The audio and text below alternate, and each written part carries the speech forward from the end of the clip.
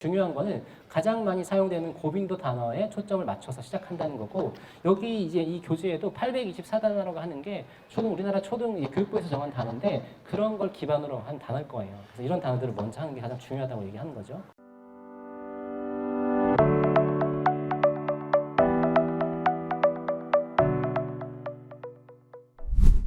이제는 조금 이론적인 걸 제가 설명을 드리려고 합니다. 저는 영어교육업계에서 있었고 제가 디지털 컨텐츠 서비스를 기획을 했지만 굉장히 교육에 관심이 많아서 교수법 이런 거 나오면 항상 관심을 가지고 갔습니다. 근데 제가 있던 회사에서 제일 많이 이제 세미나를 했던 분이 이 폴레이션이라는 교수님이세요. 세계적인 석학이신데요. 이분이 어떤 얘기를 하시면요. 이분은 실제로 필리핀이나 일본이나 이제 그 동남아시아나 유럽에서 영어 선생님을 오랫동안 했던 분이십니다. 굉장히 이론적인 석학이기도 하시지만, 근데 이분이 내놓은 이론 중에 4 스트랜드라고 하는 게 있어요. 스트랜드가 뭐냐면 이렇게 가닥이에요. 그래서 네 가닥이 잘 어우러져야 된다. 그래서 그 네 가닥은 뭐냐면 첫 번째는 미닝 포커스드 인풋, 요거는 이제 인풋이에요, 인풋. 네. 그래서 듣기, 읽기를 통한 학습이고, 두 번째는 미닝 포커스드 아웃풋, 요거는 말하기, 쓰기를 얘기하는 겁니다. 여기까지는 우리가 다 익숙하죠. 그 다음에 랭귀지 포커스드 러닝이라고 하는 거는 언어 기능에 집중한 거. 이거는 뭐냐면 뭐 발음이나 어휘나 문법병 이런 것들 얘기하는 거고요. 마지막으로 제일 이제 중요한 게 플루언시 데벨롭먼트. 여기 유창성 강화라는 겁니다. 이미 알고 있는 거를 열심히 하는 거죠. 자, 이 중에 우리나라에서 제일 많이 하는 건 뭘까요? 영어 교육에서 제일 많이 하는 거 1번하고 3번이겠죠. 그렇죠? 미닝 포커스드 인풋. 이거 그냥 책 읽기입니다. 네, 레벨에 맞는 리더스 책이 있는 것들. 네, 그리고 랭귀지 포커스드 러닝이라고 하는 거 우리 학교에서 제일 많이 하는 거죠. 발음, 어휘, 문법. 네. 근데 이분이 요거 4개가 25% 이렇게 돼야 된다고 해야지 가장 완벽한 언어 학습을 하는 영어 교육법이다라고 하시는 거예요. 근데 우리나라는 요거는 제가 보기에는 거의 안 되고 있어요. 그래서 엄마들이 이 플루언시 디벨롭먼트 이게 굉장히 중요하다는 거를 오늘 잊지 마시고 가지고 그 다음에 아마 이 책 읽으신 분들 많으실 겁니다. 영어 교육에 관심이 있으신 분이라면 클라센 박사님의 이제 읽기혁명 이 책에서도 그런 얘기를 합니다. 어휘 습득은 언어 학습 및 독해력 향상의 가장 중요한 요소다. 이거는 뭐 상식이죠. 네, 어휘가 가장 중요합니다. 말 잘하는 사람, 말 잘하는 아이들 보면 어휘를 구사하는 거 보면 다릅니다. 그렇죠? 거기서 이제 차이가 나고요. 그리고 다양하고 풍부한 인풋에 노출되는 것이 필수적이다. 이것도 뭐 아까 제가 말씀드렸던 거 틀리지 않죠? 여기 이분은 이제 읽기가 유일한 방법이다. 여기 보시면 이분은 이제 읽기가 유일한 방법이라고 하셨어요. 이분은 이제 영상이 없을 때 이런 말씀을 하셨고, 저는 이제 영상이 있으니까 꼭 읽기가 아니어도 된다 이렇게 생각을 하고 있습니다. 네. 그리고 근데 이제 그 아까 폴레이션 교수님이 어떤 걸 했냐면요. 실제로 이분이 이제 복합의 석학이신데 모든 그 이제 나와 있는 읽기라든지 쓰기 영어를 이렇게 분석을 해보면 3,000단어가 90%를 커버한다고 하는 거예요. 근데 그거를 그 3,000단어의 우선순위를 뭘로 매겼냐면 프리퀀시라고 해서 얼마나 많이 노출되느냐. 중요한 거는 가장 많이 사용되는 고빈도 단어에 초점을 맞춰서 시작한다는 거고, 여기 이제 이 교재에도 824단어라고 하는 게 우리나라 초등 교육부에서 정한 단어인데 그런 걸 기반으로 한 단어일 거예요. 그래서 이런 단어들을 먼저 하는 게 가장 중요하다고 얘기하는 거죠. 그리고 맥락 안에서 배우는 것이 단어만 학습하는 것보다 효과적이다. 이거 가장 중요한 거죠. 우리가 아이들한테 아니면 여기 계신 분들 한국어 단어장 만들어서 암기한 적 있으세요? 없죠. 근데 어휘가 늘죠. 왜? 영어는 그렇게 꼭 우리가 단어장 만들어서 암기하고 한국어는 그렇지 않는데도 어휘가 꾸준히 느는 건 왜 그럴까요? 그렇죠. 평소에 일상에서 아이가 그런 환경에 노출되고 책을 읽고 엄마와 어른들과 대화를 하고 생활하면서 어휘가 꾸준히 늘기 때문입니다. TV 시청을 하면서도 마찬가지고. 그래서 어휘를 늘리는 가장 좋은 방법은 독서입니다. 결국은. 독서예요. 단어장 암기하는 게 아니에요. 어른들은 그렇게 할 수밖에 없죠. 왜냐하면 정해진 시간에 단어를 암기해야 되고 내가 알고 있는 지식과 연관시켜서 해야지 암기가 효율적으로 되기 때문에 그렇게 하는 게 맞는데 아이들은 그렇게 하면 안 돼요. 네. 하루에 1시간, 2시간씩 형사는 영상을 매일 봤기 때문에 이게 자연스럽게 된 겁니다. 그리고 즐거운 독서를 하는 것은 가장 좋은 방법이다. 즐거운 독서. 네. 제가 재미있는 영상을 보라고 하는 것도 같은 맥락입니다. 즐거워야지 돼요. 그래야지 아이들이 꾸준히 보거든요. 네. 그리고 이런 것들을 대화나 글쓰기에서 써보는 적극적인 활용이 도움이 된다. 그렇죠? 사실 다 정상적인 상식적인 겁니다. 이렇게 자발적인 독서, 광범위한 노출, 문맥에 맞는 적극적인 활용이 결국은 이제 언어를 학습하는 배우는 가장 좋은 방법이다라고 하는 거죠. 네, 그래서 이 완자 공부력 영단어 가장 최대의 장점은 쉽다는 겁니다.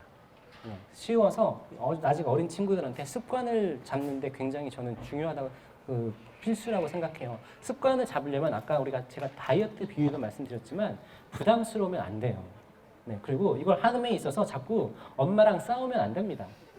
네, 엄마가 자꾸 이게 어려우면 엄마랑 자꾸 싸우게 되죠. 지적질하게 되고 이러면 공부 습관도 버리게 되는 거고요. 엄마하고 관계도 안 좋아지고 아이 자존감이 아주 난 뭘 해도 못해 이런 아이가 됩니다. 그렇게 하시면 안 돼요. 네, 그래서 영어 영상 또는 책 읽기를 하며 기본 어휘 공부 습관 기르기. 그러니까 제가 추천드리는 것은 뭐냐면 현서는 사실 이런 거 안 하고도 영상 듣기만으로도 됐는데 이렇게 늦게 시작한 친구들은 사실 요것만 가지고도 안 되고 영상만 가지고도 안 돼요. 두 개가 같이 병행했을 때 아주 큰 효과를 볼 수 있다는 거죠. 왜냐하면 초등학교 3학년 정도면 이제 학습의 뇌가 발달한다고 합니다. 전전두엽이. 그러면 아이들이 자기가 모르는 거를 무조건 듣고 앉아 있지 않는다는 거죠.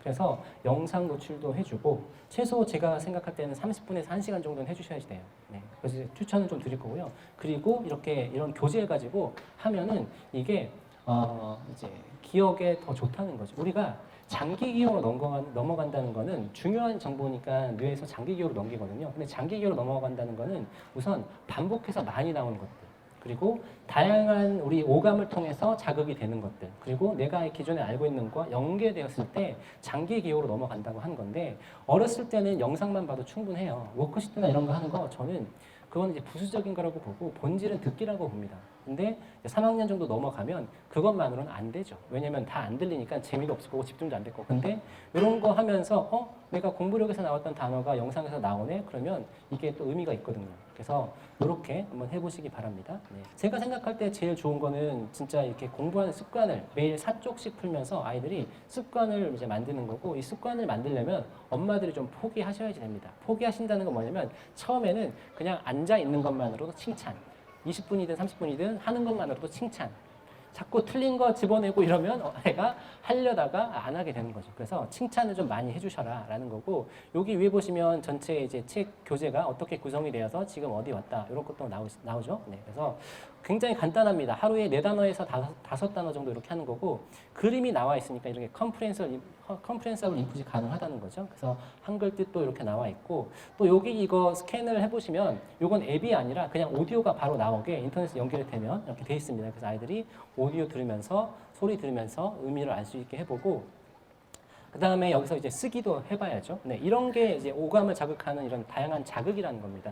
이게 우리가 볼 때는 이렇게 해서 뭐가 되겠어? 라고 하지만 이런 거 매일매일 하는 게 똑같은 루틴을 반복하는 게 굉장히 큰 힘이 됩니다. 그래서 이런 거 해보시는 거 좋고요. 여기 이제 한글로도 이렇게 나와 있죠. 네, 어떻게 읽는지에 대해서 이렇게 한글로도 이렇게 나와서 색깔을 같이 해놔서 D는 디귿 발음이 나고 E는 에 발음이 나고 이런 것들이 이렇게 다 나와 있습니다. 그래서 이런 것도 쭉쭉 보시고, 그 다음에 여기서도 그 다음에는 이걸 이제 문장에서 실제로 활용을 하게 돼 있고, 이 문장도요 우리가 영어 교재를 만들 때 스코프 앤 시퀀스라고 해서요 어떤 문법을 먼저 할지, 처음에는 예를 들면 현재형만 쓰고 나중에는 과거형도 쓰고 현재 진행형도 쓰고 이런 것들이 다 있거든요. 근데 이게 다 그렇게 만들어져 있습니다. 문장의 형식도 마찬가지고. 네, 그리고 요거를 이제 아이가 이해하기 위해서 엄마가 설명을 다 못 해줄 거니까 여기 어떤 의미인지에 대해서도 설명이 이렇게 돼 있고요. 네, 그래서 이렇게 해보시고, 제가 여기서 조금 추천드리는 거는요, 여기 하루에 4장이니까 빨리 하면 15분, 20분이면 해요. 그래서 오늘 거 하기 전에 어제 했던 거 한 번씩 살짝 보고 넘어가면 이게 또 굉장히 좋은 리뷰가 되기도 하고, 우리가 망각의 곡선이라고 다 아시죠? 네, 그래서 이렇게 하면 좋겠다는 생각입니다. 그리고 이게 또 이제 매 5단원을 할 때마다 이제 리뷰를 합니다. 네, 그래서 일주일에 한 번씩 리뷰를 하게 되는 거죠. 그래서 이렇게 하시면 좋을 것 같고, 이런 내용들이 있고요. 또 이게 좋은 게 앱이 있어요. 앱. 네, 요거 앱이 있고, 앱에서는 게이미피케이션이라고 해서 굉장히 중요한 요소입니다. 우리가 사람들이 이제 게임에 중독이 되고 교육은 잘 안 되는 이유가, 가장 큰 이유 중에 하나가 그거라고 합니다. 게임에는요 늘 즉각적인 보상이 있습니다. 즉각적인 보상, 즉시적인 보상. 그러니까 내가 잘하고 실력이 느는 게 하는 순간마다 보이는 거죠. 근데 교육은 그게 아니잖아요. 그래서 여기서 활용한 것들이 그런 게이미피케이션의 요소를 활용을 해서 목표를 정해주고, 그걸 했을 때 이제 동기부여를 하기 위해서 이렇게 보상을 해주고, 이런 것들이 아이들한테는 꾸준히 할 수 있는 이런 힘을 길러주는 거기 때문에 교재하시면서 이 앱도 꼭 다운로드 받아서 해보시기 바랍니다. 네.